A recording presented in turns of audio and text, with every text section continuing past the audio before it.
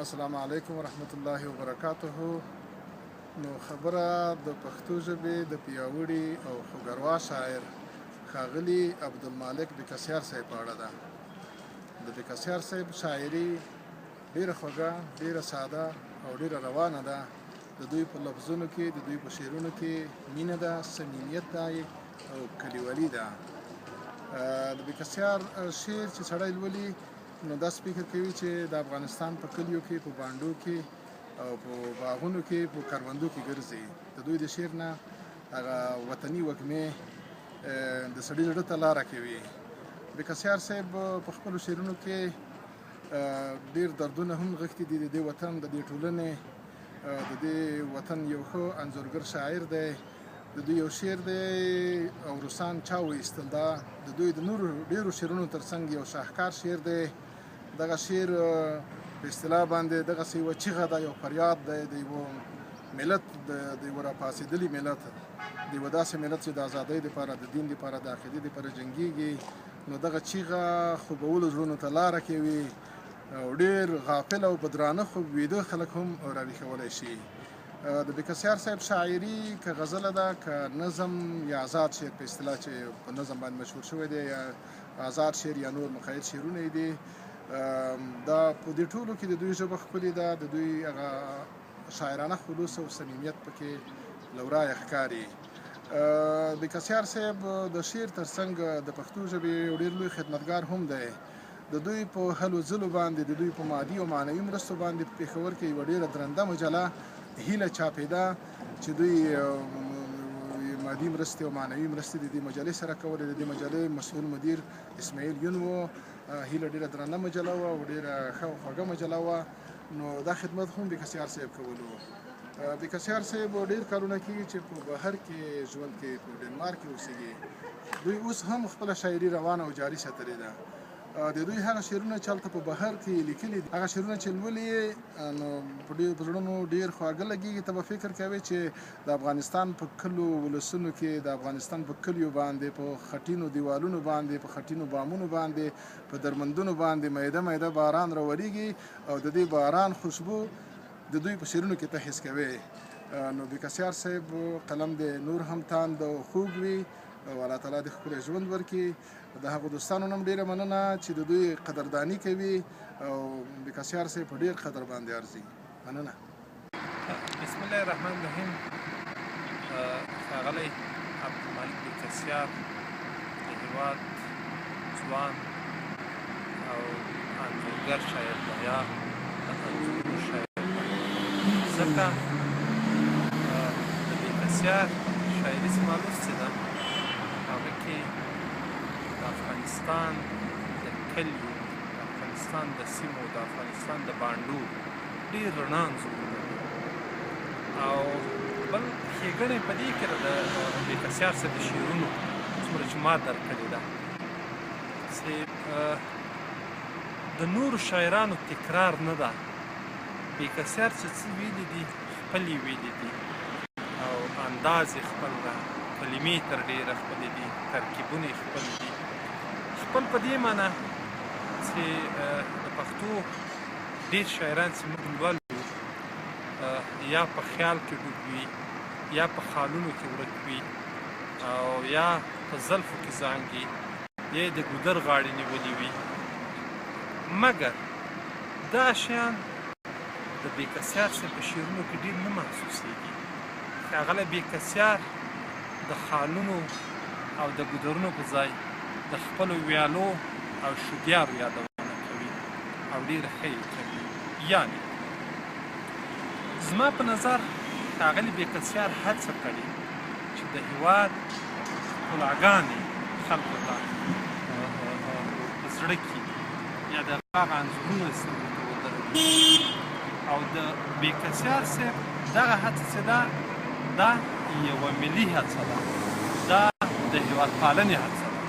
زه باور لرم که څوک بکسیار په غور ولولي، د افغانستان سره، د افغانستان له کلیو سره، د افغانستان له بانډو سره، د افغانستان له غرونو سره به مینه لا زیاته شي. یعنې بکسیار په یو شکل هغه کار کړی ده کوم چې لسیزې وړاندې سراج الاخبار ورځپاڼې کاوه، یعنې علامه محمود طرزي په افغانانو کې یا په خلکو کې د هیواد پالنې د روحیې لپاره ډېرې ګټورې مقالې خپرولې، مګر بېکسیار صاحب د هیواد پالنې له هیواد سره د مینې د زیاتوالي لپاره دغه ډول هڅې کړي دي. د افغانستان شاړې، د افغانستان بانډې، د افغانستان کنډوالې، د افغانستان دښتې، غرونه، شودیارې، درمندونه، دغه ټولې ډېر په ښایسته انداز وړاندې کړي دي. حتی غرونه د خپل پیژن یا د خپل د ثبوت لپاره وړاندې کوي. مثلا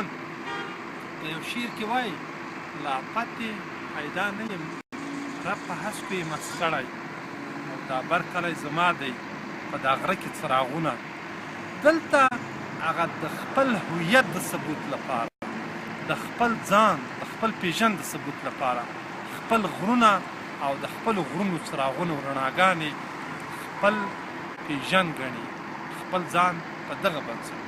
بل بېکسیار صاحب چې دا د افغانستان دغه د 3.5 لسیزو تراژیدي ته تم سوی ده، مګر دومره نه ده تم سوی چې خلک بیخي نهیلي کړي، بیخي د وینو کیسې وکړي، بیخي د اوښکو کیسې وکړي او خلکو ته دا ووایي چې بس همدغو غمونو او اندېښنو ته کښېنې ژاړئ، نور مو هېڅ په واسطه نه پوره. نه، بېکسیار صاحب په خپلو شعرونو کې خلکو ته امید ورکوي، خلکو ته د ژوند امید ورکوي، خلکو ته د کار امید ورکوي، خلکو ته د وړاندې تګ امید ورکوي. لکه په یو شعر کې وایي چې شیبه لږ صبر غواړي په تیاره کې څراغونه، ملګرو چې موتیت نسي په زړه کې څراغونه. تعبیر به بېکسیاره چې د دغو شپو لا څه وي په ویښه څراغونه، خوب لیده کې څراغونه. نو د بېکسیار د شاعري ښېګڼه ماته همدغه معلومیږي چې بېکسیار صاحب په شعرونو کې د نورو تکرار نسته ده، د نورو تقلید نسته ده، له نورو اخیستنې نسته ده. بېکسیار صاحب چې څه ویلي دي ښه یې ویلي دي او ښه یې ځکه ویلي دي چې خپلې خبرې دي، خپل فکر یې ده، خپل خیال یې ده، د خپل کلي تصویر یې ده، د خپل کلي انځور یې ده.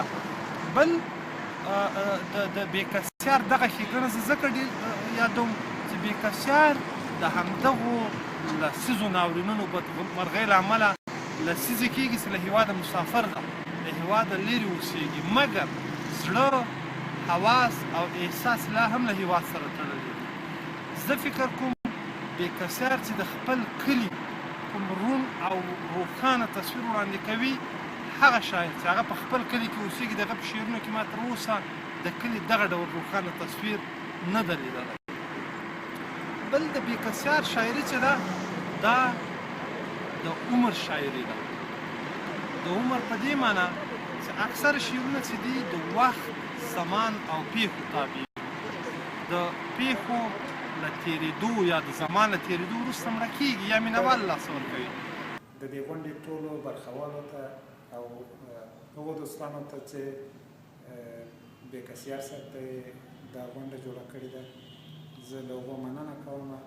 او بېکسیار صاحب یو له هغو شاعرانو څخه ده چې که ووایو چې ده په حقیقت کې نوی سبک رامنځته کړی ده، دا به مبالغه هم نه وي. او زه فکر کوم تر ده له مخه چې کومه شاعري کېدله، هغه شاعري داسې وه لکه د باختر اژانس خبرونه، متاسفانه ژباړه وه او موږ تر ده له مخه یعنې ډېرو کمو کسانو دغه شاعري کړې وه او په شمار یې کړې وه. متاسفانه موږ خپل کلچر، خپل فرهنګ او خپل دودونه، خپل رواجونه، خپل کلی پټی دا مو نه وو پکې راخیستی. دا متاسفانه یو تعدادو کسانو ته داسې ښکارېده چې لکه دوی چې یعنې دوی ته داسې ښکارېده لکه دا چې شاعري مې یې او دا موضوع نه یې د شعر. له نیکه مرګه ده دغه باب پرانیست او ډېر ښه یې پرانیست. له ده سره چا چې د ده اثار وکتل، له ده سره ولاړل په میدان کې، په پلي، په پوله او په پټي باندې ورسره کېناستل. هغه میوې د پې باندې وڅکلې چې د ده په کلي کې وې، هغه څه یې ورباندې وخوړل چې د ده په کلي کې به پیدا کېدل. دا د ده د شاعري ډېر یو لوی خصوصیت ده. او بل څه چې د بېکسیار صاحب په اړه باید ووایم هغه دا دي چې بېکسیار صاحب آثار موږ په هغه وخت کې کتل چې دلته به په شمار اخبارونه چاپېدل او هېڅ کتاب به نه راته. د ده له برکته د ده د خولو له برکته په هغه وخت کې موږ د هیلې مجله چې دوی مالي لګښت په غاړه و هغه به مو کتله او د دوی له برکته به نور ډېر کتابونه چې دوی به چاپول او د دوی په مالي لګښت به چاپېده موږ دلته کتل. یعنې ده په حقیقت کې خولې به تویولې، زحمت به یوست او د دې فرهنګ د غوړولو د بډاینې او د ژوندي ساتلو لپاره به هغه پیسې رالېږلې دلته چې کتابونه ورباندې چاپ شي، مجلې ورباندې چاپ شي. نو بېکسیار صاحب یو له هغو کسانو چې هنر ته یې خپله مینه ورکړې ده. متاسفانه یو تعداد کسان په افغانستان کې داسې هم وو چې ډېر کم کار یې کړی ده، اما هغه یې بیا چې موقع مسایله شوې ده خرڅ کړی ده. اما بېکسیار صاحب دغه تقدس ساتلی او تر اوسه پورې یې ساتلی ده.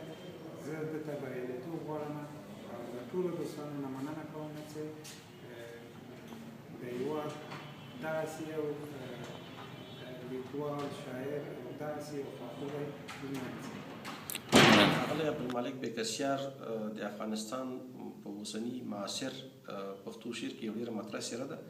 خصوصا په ازاد شعر کې د ډېر زیات نوښتونه کړي او نوي شکلونه یا په نوې بڼه یې شعرونه پکې لیکلي. هغه داسې ډول باندې چې ډېر ارام حالت کې ده او سړی نه په تکلیفوي، په ځان باندې فشار نه ده راوړی. نو داسې خپله داسې یو طبیعي خصلت لرونکی شاعر دی او دغه خصلت یې بیا شعرونو ته هم انتقال شوی. نو په بهر کې هم اوسېدلی، خو سړی داسې تصور نه کوي چې بېکسیار صاحب په ډنمارک کې اوسېدلی یا د اروپا له ښکلاو او مزایاو څخه به ډېر خوند اخیستی. نو فکر کوي چې مغه وردګو کې د مغه میدان وردګو کې مغه سنځلي دي، مغه ولې دي، مغه شین شوبی دی. نو مځکه د طبیعي شاعر ته موږ ځکه وایو چې طبیعت پال شاعر چې هر څه طبیعي دي. حتی د شعرونو مجموعې هم له طبیعي بوټو څخه الهام اخلي. شین شوبی دی او سنځلي دي، همداسې کږلېچونه دي د خپل وطن. نو زه فکر کوم چې د په دې برخه کې ډېر بریالی شاعر دی. او بل داسې چې د یو ښېګڼه ډېر په دې کې ده چې د خپل ذهن په ډېرو برخو کې مصروف کړی دی، یوازې شاعرۍ ته زیات وخت د وقف کړی. نو همدا د ښه والی په دې کې و چې د شعر چې دی داسې فکري وده یې وکړه او هم یې ښکلیزه وده وکړه چې په ډېرو اړخونو کې دی مصروف نه و.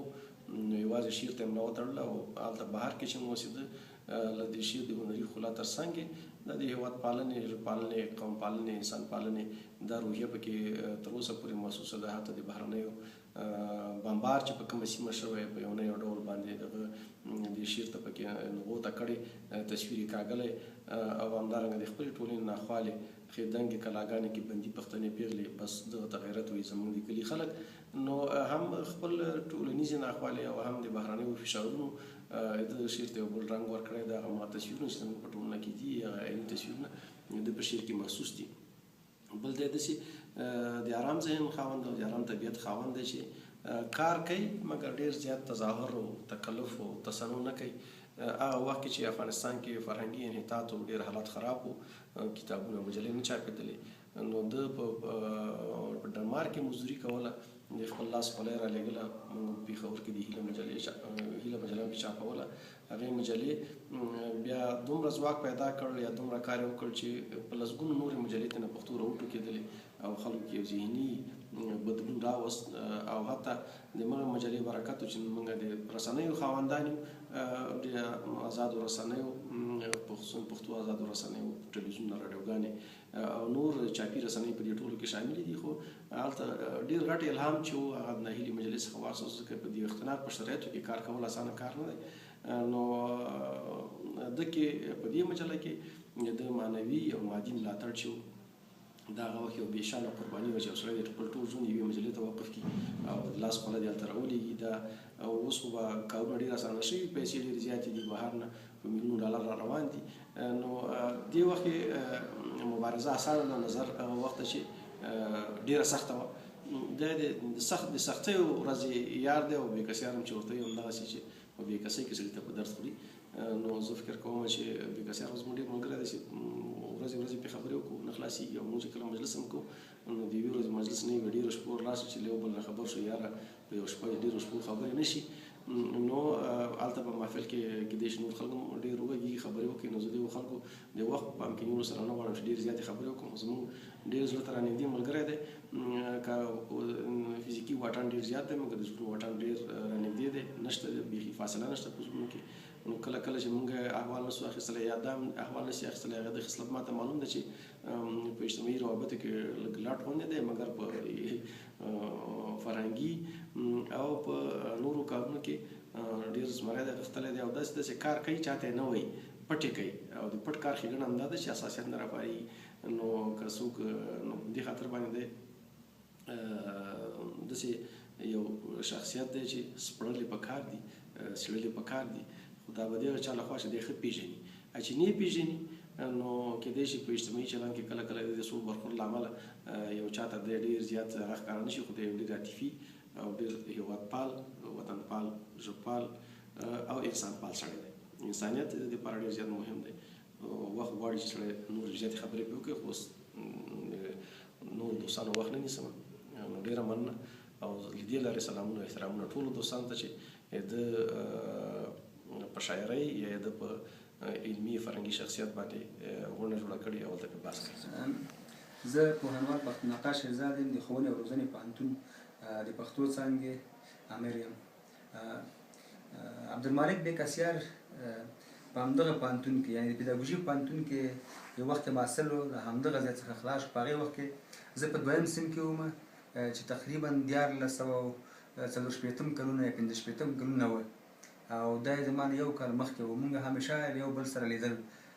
عبدالمالک بېکسیار په هماغه وخت کې چې په اصطلاح ځوانۍ مرحلې وې ډېره ښکلې شاعري کوله او د شاعرۍ تر څنګ ډېرې ښکلې کیسې لیکلې د هغه وخت د هماغه خپل حالات یا د کوم حالات چې په هغه وخت کې موجود وو د هغو حالات تصویر یې په ډېره ښه توګه په هماغه وخت کې وړاندې کولی شو په خپلو کیسو کې په خپلو لنډو کیسو کې او په خپله شاعرۍ کې دونه ښکلې شاعري وه چې په هغه وخت کې چې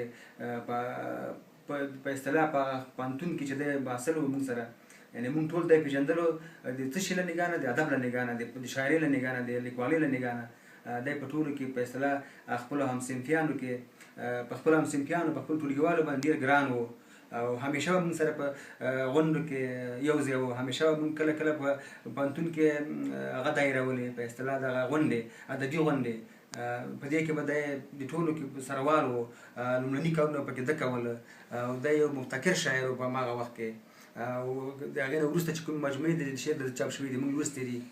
واقعا چې عبدالمالک بېکسیار شاعري د هغه لیکوالي د هغه لنډې کیسې دا نوښتګره شاعري ده ابتکاري شاعري ده نوې شاعري ده کوم څه چې موږ وایو چې دغه کې نوښت دی یعنې په هماغه ډول شاعري د بېکسیار شاعري ده هم یې شعر او هم یې نثر دواړه په اصطلاح په هنري انداز کې وړاندې کوي او دواړه د هنر په ګاڼه پسوللي دي او هنري ارزښت لري.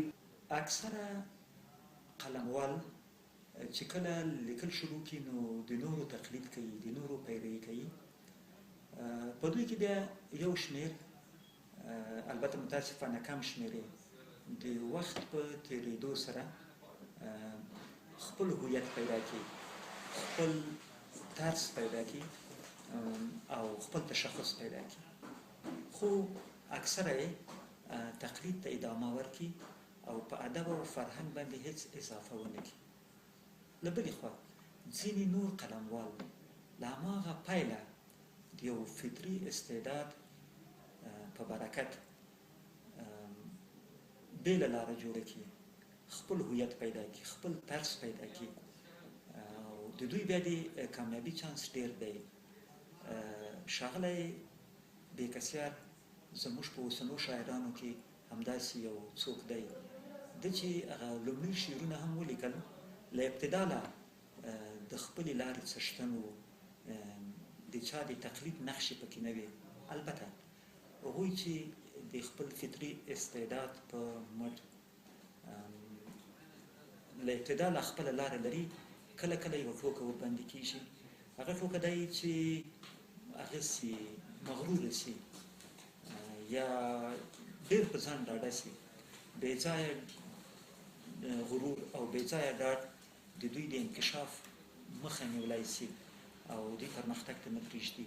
خو د پښتو ادب او د افغانستان د ادب یوه نیکمرغي دا وه چې ښاغلی بېکسیار نه بې ځایه مغرور سو او نه بې ځایه ډاډ ورته پیدا سو او هغه خپله هڅه او خپل کوشش یې جاري وساتو چې په نتیجه کې یې زموږ ادب ته ډېر څه ورکړل او واقعا دی د دې مستحق دی چې غونډه ورته جوړه شي، ولمانځل شي او تر لمانځلو هم مهمه خبره دا ده چې د ده لپاره په جوړه شوې غونډه کې د ده د هنر په رازونو، په ځانګړنو او د ده په هنري کمالونو خبرې وشي چې نورو ته هم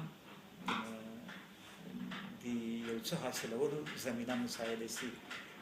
زما په خیال د هنر الهه یوازې په هغو هنرمندانو باندې مهربانه وي چې علاوه له استعداده د زیار ایستلو، د زحمت ایستلو همت لري او دغه راز یو خلوص پکې یو هنري خلوص. او بېکسیار صاحب دغه درې واړه امتیاز لري. د ده د شعر د کمال په حیثیت به صرف یوه خبره وکړم. دی یو نظم لري، یو شعر لري، هغه نومیږي روسان چا وایستل. ما له خپل پلاره دغه راز له استاد شپونه او له ګڼو نورو کسانو مې دا اورېدلي دي چې که د شوروي په خلاف د افغانانو په مقاومت کې، د مقاومت په ادب کې که تر ټولو ښه شعر انتخابوو نو ممکن د بېکسیار صاحب همدا نظم به انتخابوو. زما په خیال که له بېکسیار صاحب څخه یوازې همدا د روسان چا وایستل شعر هم پاتوی، دی به زموږ په ادب کې، زموږ په معاصر ادب کې د هېرېدو کس نه و. بېکسیار زموږ د اوسني ادب لپاره ډېر غنیمت انسان دی، دی ډېر لایق انسان دی. خدای پاک دې ډېر عمر ورکړي او خدای دې همداسې فعال او بې ریا لري.